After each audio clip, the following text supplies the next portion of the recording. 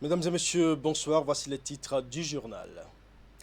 Demain dimanche, le peuple béninois sera aux urnes pour élire les nouveaux conseils communaux et municipaux. Tout est fin prêt dans toutes les communes du pays et particulièrement à Boïcon qui a déjà réceptionné les matériels sensibles et non sensibles. Cette élection qui se déroule dans une ambiance particulière du fait de la pandémie du coronavirus nécessite également des mesures particulières comme vous allez le constater dans ce journal.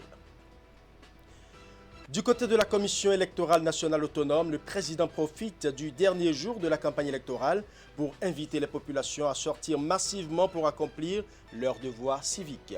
Il exhorte chaque citoyen à respecter les gestes barrières pour éviter la propagation du Covid-19. Santé toujours dans ce journal, la zone sanitaire Zobodome Boycon Zakota dispose désormais d'un nouveau dépôt répartiteur. L'infrastructure va permettre d'approvisionner, de stocker et de distribuer aux différents hôpitaux et centres de santé de la zone sanitaire les divers produits et médicaments acquis à leur profit. La cérémonie officielle de mise en service du joyau a eu lieu cette semaine. Voilà pour les titres. Mesdames et messieurs, à nouveau, bonsoir. Demain dimanche, les Béninois iront aux urnes pour élire les conseils communaux de la 4e mandature de l'ère de la décentralisation.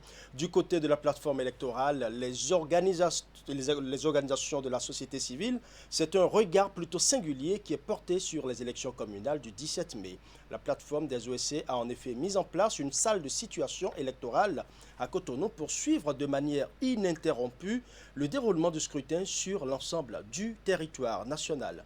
Au cours d'une conférence de presse animée ce samedi, la présidente de la plateforme électorale des organisations de la société civile est revenue sur la contribution des OSC avant, pendant et après les élections. Nous allons suivre Fatimantou Batoko Zosso. Alors, pendant, avant et après, nous avons nos rôles traditionnels que nous jouons, à savoir, disons, nous-mêmes, comprendre le contexte dans lequel nous travaillons, travailler à ce que les élections se passent dans la paix, travailler à ce que, dans le cadre du coronavirus, qui est un contexte particulier, que nous sortions de ces élections sans qu'il y ait eu de pic en ce qui concerne les victimes du coronavirus. Alors, comme vous le constatez, nous avons notre salle de situation qui est l'outil qui permet de suivre de manière active les élections. Ce n'est plus de constater les problèmes sur le terrain et de venir les consigner dans un rapport, mais notre observation ou les outils que nous avons aujourd'hui, l'outil de la salle de situation électorale nous permet de résoudre les problèmes au fur et à mesure. Et donc on a des généraux d'armée à la retraite, des généraux de police à la retraite pour ce faire.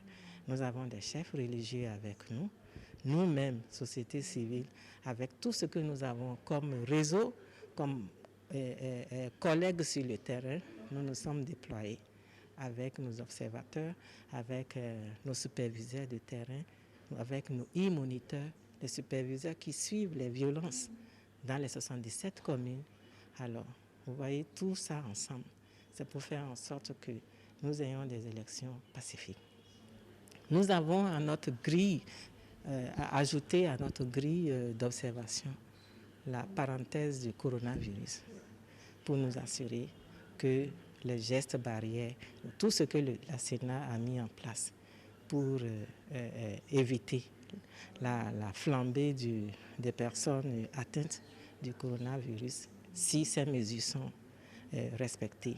Si d'abord tous les centres sont fournis de matériel qu'il faut pour cela et si ces mesures sont respectées.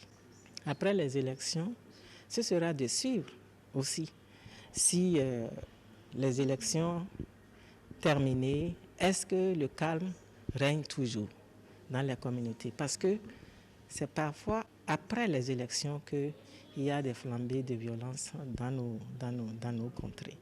Le défi, c'est de sortir de cette élection-là sans qu'il y ait violence, de sortir de cette élection sans qu'on ait une flambée du coronavirus. Les recommandations de la plateforme des organisations de la société civile est de continuer, à vous la presse, de continuer à informer les populations sur le coronavirus et le risque que comporte ce coronavirus. Surtout les populations du Nord, qui n'ont pas encore compris et qui pensent que le coronavirus est limité au Sud. Au niveau de la Sénat, c'est de faire en sorte que les mesures qu'elle a prises par rapport au coronavirus soient respectées. S'assurer que tous les centres de vote et les postes de vote ont l'arsenal approprié pour le respect des gestes barrières, le respect des mesures prises par le gouvernement dans ce sens-là. Le reste, ce n'est pas à moi de le leur dire parce qu'ils travaillent déjà. Ils font du bon travail déjà pour ce que nous avons jusque-là. À Boycon, tout est fin prêt, les matériels sensibles et non sensibles sont déjà réceptionnés, le colisage est fait, le scrutin va se dérouler dans le strict respect des règles d'hygiène et de santé imposées par la pandémie du coronavirus. Voici le constat fait par Imet Hélène Amossou. Comme annoncé, le corps électoral est convoqué pour le 17 mai 2020. Plus de 5 millions d'électeurs sont attendus aux urnes. Et dans la perspective d'une bonne organisation de ces consultations électorales, l'institution en charge des élections au Bénin met les bouchées doubles pour réussir le challenge. La Commission électorale nationale autonome Sénat, à travers ses démembrements, a tout apprêté selon les responsables de coordination de la commune de Boycon. Du point de vue préparation, nous avons reçu la totalité du matériel sensible. C'est vrai qu'il y a quelques petits points qui manquent, qu'on va remonter, on va remonter rapidement l'information tout à l'heure pour être servi. Nous avons déjà totalement reçu tout le matériel, tant sensible que lourd. Les isoloirs sont déjà prêts, les urnes sont déjà prêts. Et depuis le matin, nous nous affairons à faire le colisage, c'est-à-dire mettre dans chaque urne le matériel nécessaire pour que déjà impérativement à 6 h du matin le dimanche, l'agent du bureau de vote puisse démarrer afin d'être présent à son poste à temps pour pouvoir faciliter le démarrage au plus grand tard à 7 h. C'est notre grand souhait. Moment d'expression du droit civique, le scrutin devrait se tenir dans la paix, la convivialité et sur fond de responsabilité. Les électeurs sont appelés à sortir massivement. Une fois arrivés dans les centres, les citoyens sont priés de respecter les consignes données par les autorités sanitaires, vu le contexte dans lequel se tiennent ces élections. Concernant la pandémie de l'heure, tout est prévu, rien n'est occulté. Il n'y a pas de consignes particulières, autre que il faut respecter les consignes du ministre de la Santé. Il y a des électeurs qui ignorent les enjeux de l'heure. Nous leur avons dit qu'on va continuer de les sensibiliser et tout va se passer sans incident. Désormais, pour voter, si votre nom figure déjà dans la base affiliée à votre poste de vote, vous êtes détenteur de la carte nationale d'identité, vous êtes autorisé à voter. Vous êtes détenteur du passeport, vous êtes appelé à voter. Vous êtes détenteur également de la carte biométrique NOM-CEDEAO, vous êtes appelé à voter. Il y a le certificat d'identification des personnes que l'Agence nationale d'identification des personnes est en train de délivrer. Beaucoup en ont reçu. Tout ça, c'est pour faciliter la tâche aux électeurs. Plus que quelques heures et les 4e élections municipales et communales de l'aide à la décentralisation au Bénin seront effectives. Ces consultations vont permettre de doter nos contrées de nouveaux conseillers communaux, desquels seront issus les nouveaux maires appelés à conduire pour les 6 années à venir les destinées des 77 communes du pays. Au siège de la Sénat aussi, toutes les dispositions sont prises pour que le scrutin se déroule dans de bonnes conditions.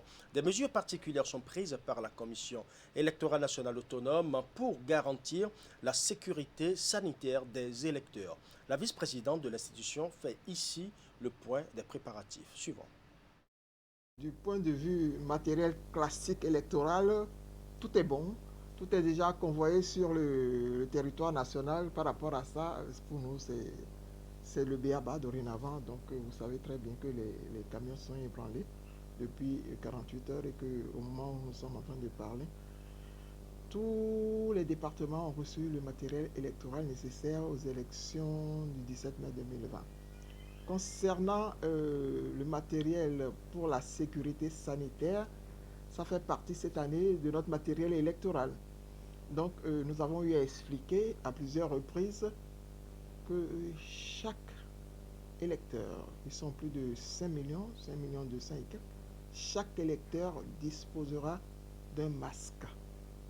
Mais avant même que de porter porter ce masque-là, il lui sera proposé, pas proposé, il lui sera imposé le nettoyage des mains avec le gel hydroalcoolique. Donc, lorsque vous parcourrez les centres de vote ce 17 mai 2020, vous allez constater en place ce que nous avons appelé notre agent de sécurité sanitaire.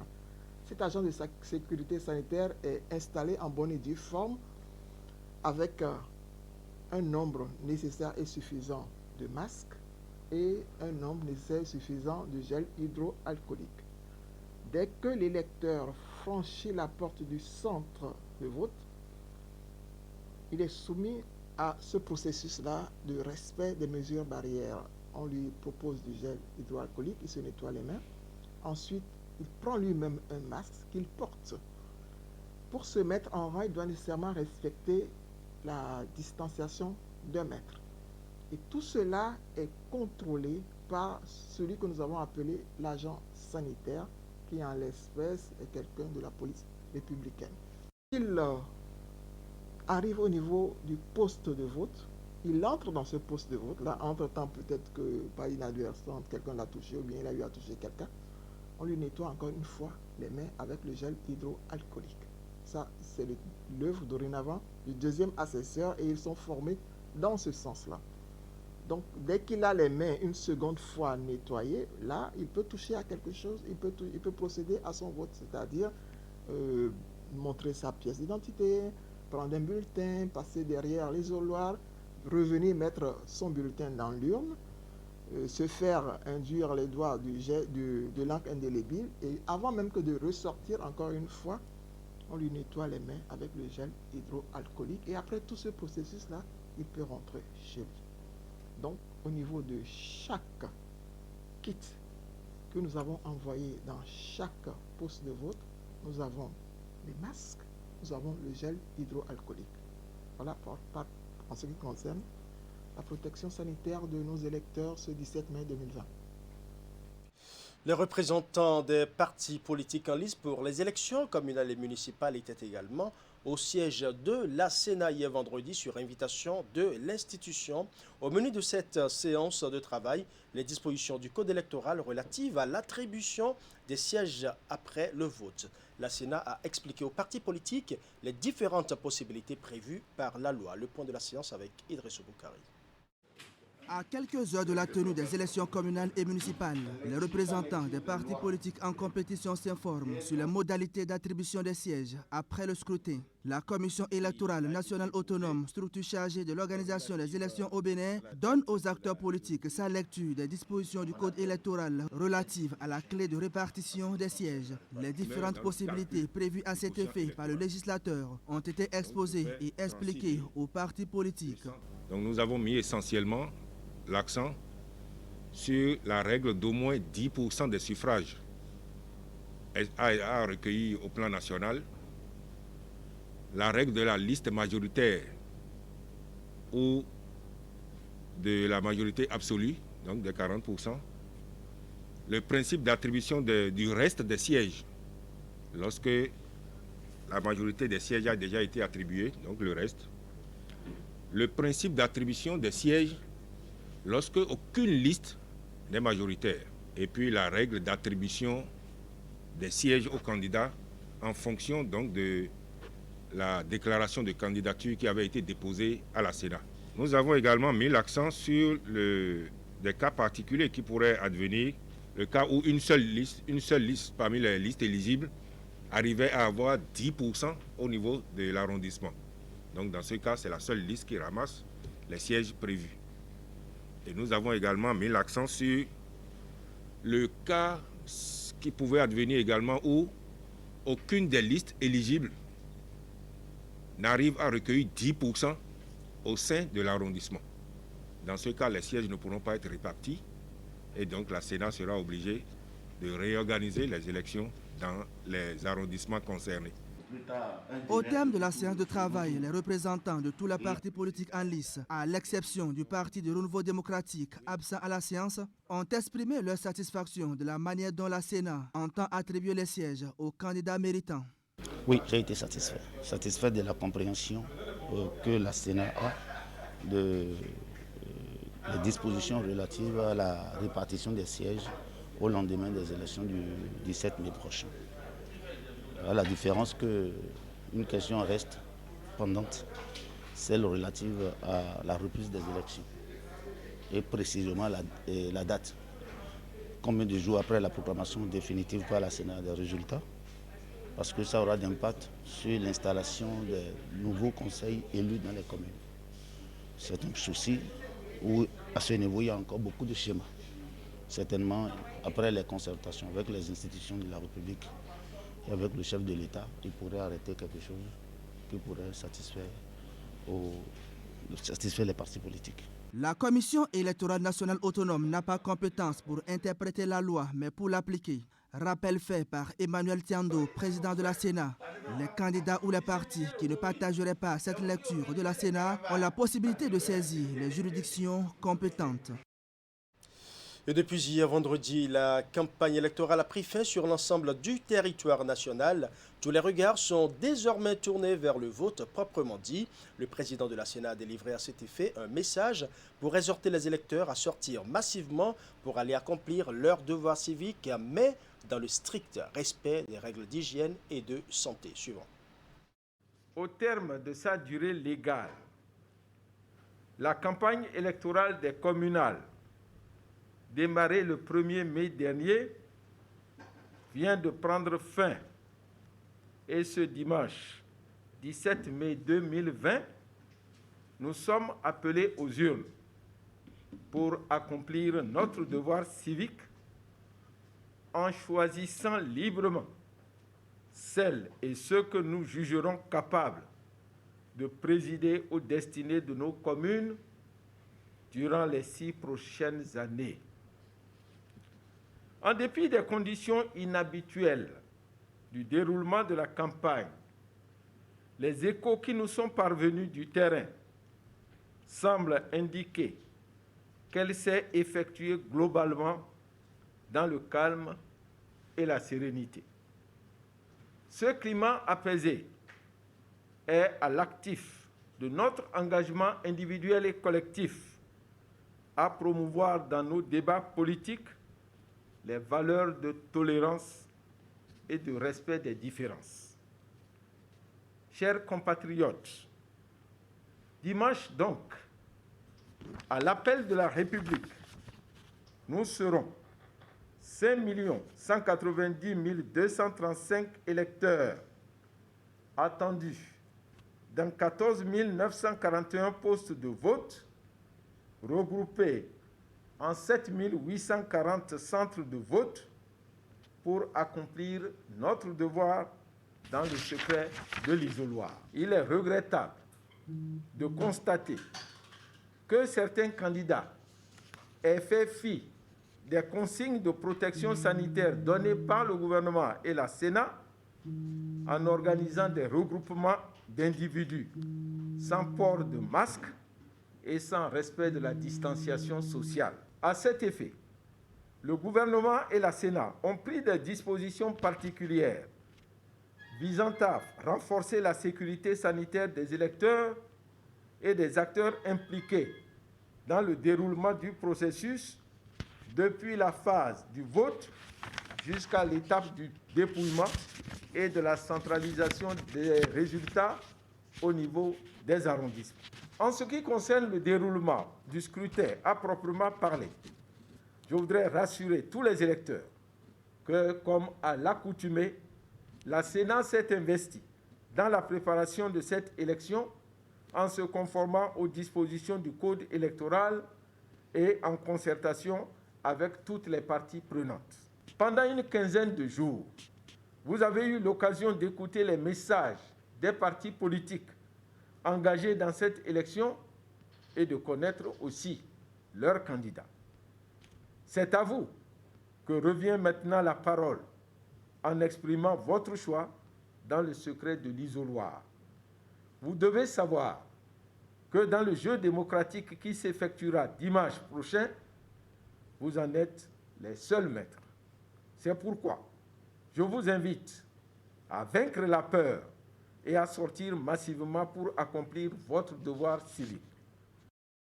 Le médiateur de la République a aussi délivré un message à l'endroit du peuple béninois vu la situation sanitaire relative à la pandémie du Covid-19.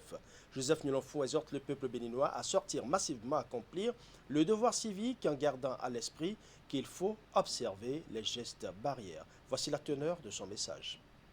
Chers compatriotes, au terme des dispositions de la loi du 15 janvier 1999 portant organisation des communes en République du Bénin, la commune constitue le cadre institutionnel pour l'exercice de la démocratie à la base.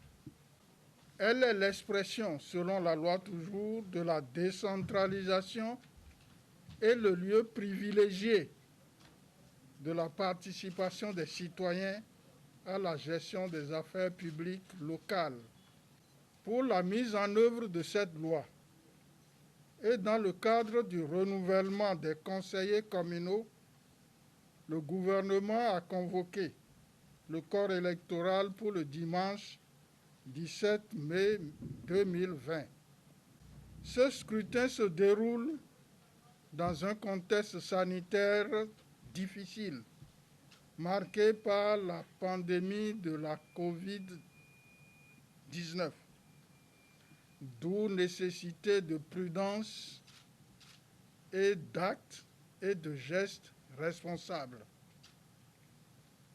Le médiateur de la République, attaché aux valeurs de paix et à la concorde sociale, invite les citoyens à participer massivement, librement et de façon patriotique au choix de leurs dirigeants, de nos dirigeants à la base, tel que l'a prescrit la loi, dans le respect des gestes barrières édictés par le gouvernement pour freiner la propagation du coronavirus. Chers compatriotes, mesdames, messieurs, alors, allons massivement voter pour prendre notre part active au développement de nos communes.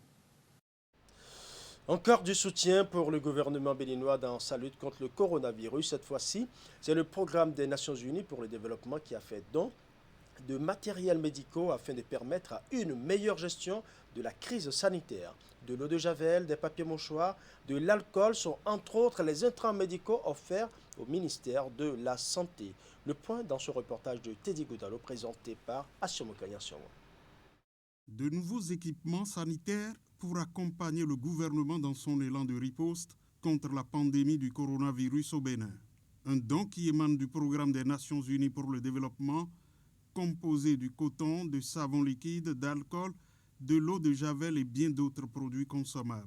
Nous voulons marquer notre solidarité envers le peuple béninois, envers le gouvernement béninois et tous ses dirigeants pour dire que vous n'êtes pas seuls dans cette lutte-là. Vous avez des partenaires, vous avez des amis qui sont là à vos côtés et ne baissons pas les bras. Et j'en appelle également à nos chers concitoyens béninois, vraiment de suivre strictement, rigoureusement les mesures qui sont édictées par les autorités sanitaires du pays. C'est un premier lot de matériel médicaux d'une valeur de 13 millions de francs CFA que le PNUD apporte ainsi pour jouer sa partition dans la bataille. Du côté des bénéficiaires, le geste est la bienvenue et un usage rationnel en sera fait, ont-ils souligné. Il y a eu déjà certaines structures des Nations Unies qui sont déjà passées avant vous. Je vais citer par exemple l'OMS, l'UNICEF, qui nous ont également accompagnés. Donc vous mettez également les pas dans les pas de ces structures qui vous ont précédés. Et je ne peux que vraiment que vous remercier. Depuis un bout de temps, nous avons revu notre stratégie qui voudrait que nous puissions dépister au maximum et pouvoir traiter également au maximum. Ce lot d'intrants viendra renforcer les besoins, les gaps qui sont au niveau de nos laboratoires mais également qui sont au niveau des sites de prise en charge. Bien d'autres intrants sont attendus dans les tout prochains jours, ont promis les responsables de l'institution internationale au Bénin. Et c'est l'occasion pour le représentant résident du Programme des Nations Unies pour le développement de reconnaître les efforts déjà consentis par l'État béninois dans la lutte contre la Covid-19. La zone sanitaire Zobodomé-Boikon-Zakota dispose désormais d'un nouveau dépôt répartiteur. L'infrastructure va permettre d'approvisionner, de stocker et de distribuer aux différents hôpitaux et centres de santé de la zone sanitaire les divers produits et médicaments acquis à leur profit. La cérémonie officielle de mise en service du joyau a été dirigée par le maire de la commune de Boikon et le directeur départemental de la santé. Le point avec Imet Elena Moussou. Un dépôt répartiteur au profit de la zone sanitaire Zoboza, Zobodomé-Boikon-Zakota. L'infrastructure longtemps attendue est enfin réalisée. Il a été construit sur financement du Fonds d'appui au développement des communes, FADEC Santé Gestion 2019. C'est une contribution de la mairie de Boikon au bien-être des populations.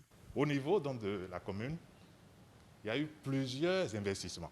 Je peux citer déjà le centre de santé de Boikon 1, qui a été construit par la mairie, les centres de santé de Sodokomen, où on a construit le dispensaire, les châteaux d'eau qui ont été construits à Kassagon, à Vogana, les incinérateurs qui ont été construits dans plusieurs centres de santé. Nous bénéficions au quotidien de l'appui en matériel à travers les partenaires. Nous avons également l'appui en médicaments et mieux encore en personnel.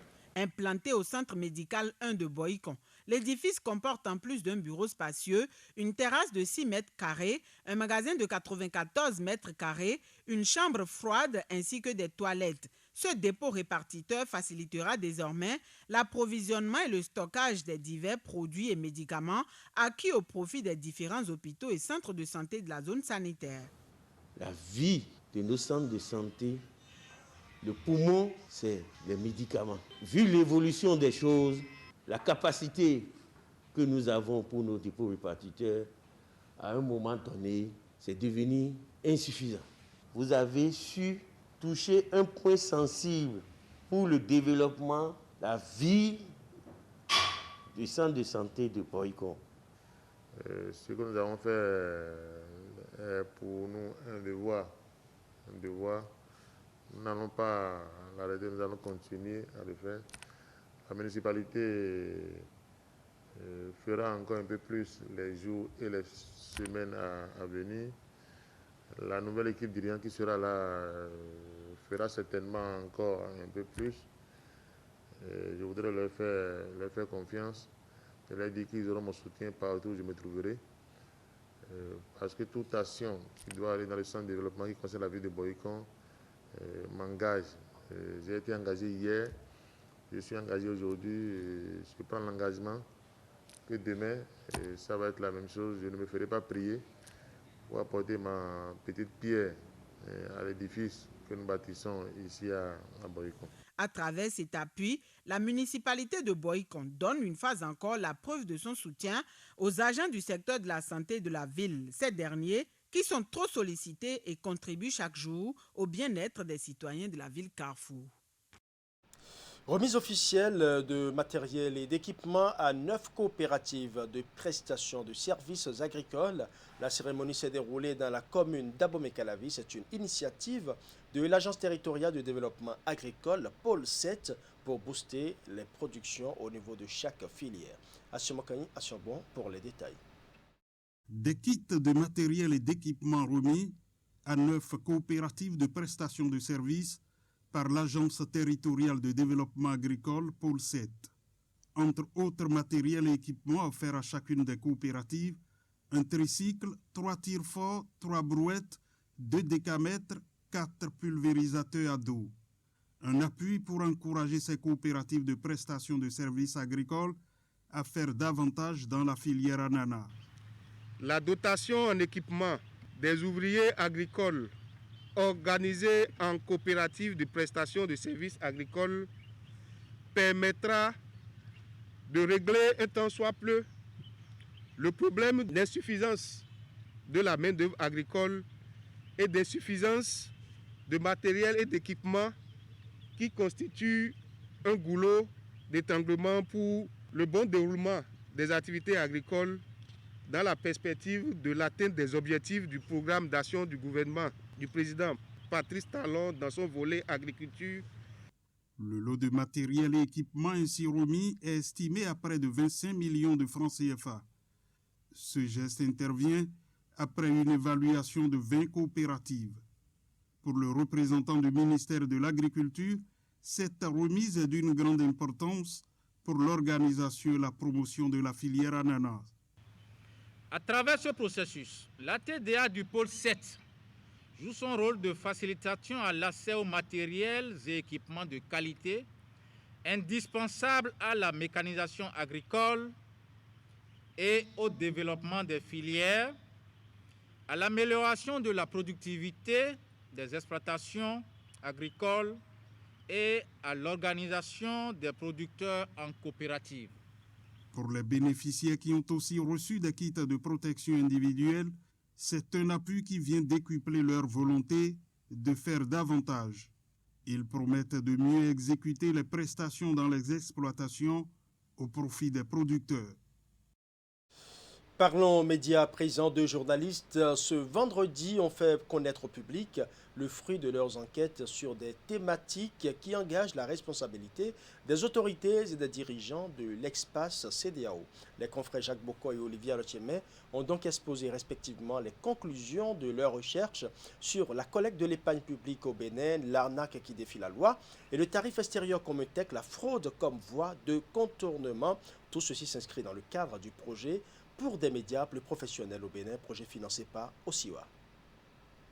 La deuxième édition du projet dénommé pour des médias plus professionnels au Bénin livre progressivement les résultats de ces enquêtes.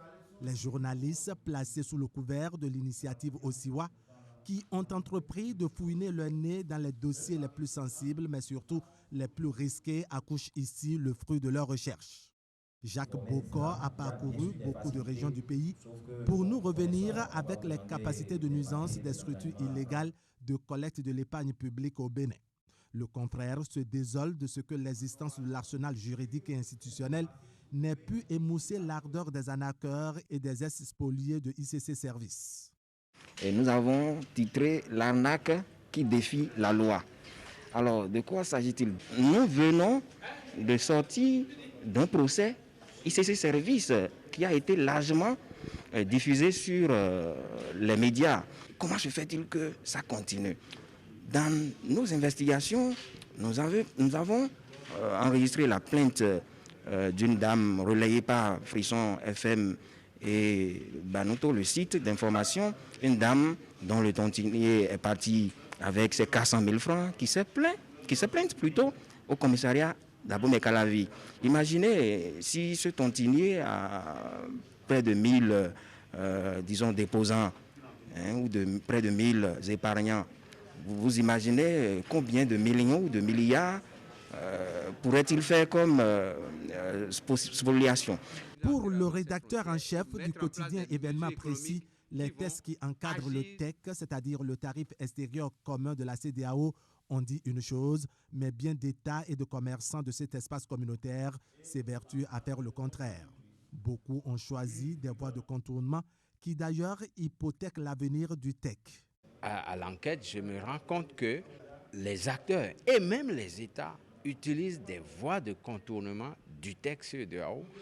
Par exemple, les États, quand vous prenez au niveau du Togo, le Togo a mis en place des tarifs qui permettent un détournement de trafic vers le port de Lomé, ce qui amène nos importateurs à se ruer sur le port de Lomé. Et quand ils arrivent à Lomé, ils trouvent des voies toujours pour contourner le cordon douanier. Donc j'ai eu plein de témoignages sur ce phénomène. Le Nigeria a fermé ses frontières avec le Bénin, mais c'est le point d'orgue d'une pratique que le Nigeria a toujours eue, c'est-à-dire protéger son marché contre les produits venant du Bénin. Et mon enquête m'a permis de réaliser qu'il n'y a presque aucun produit fabriqué ici qui entrent officiellement, je dis bien officiellement, sur le territoire nigérien parce que le Nigeria a mis en place des politiques de protection de son marché pour empêcher les importations. Les travaux des deux journalistes concluent à une anomalie qu'il faudra essentiellement corriger pour une harmonie au sein des populations et des États. Il faut dire que le projet pour des médias plus professionnels au Bénin est une initiative de la Maison des médias et financée par Osiwa. Voilà, ce sera tout pour ce journal. Merci pour votre aimable attention. Tout le plaisir était pour moi de rester en votre compagnie. L'information se poursuit sur Canal 3 Bénin. Bonne soirée.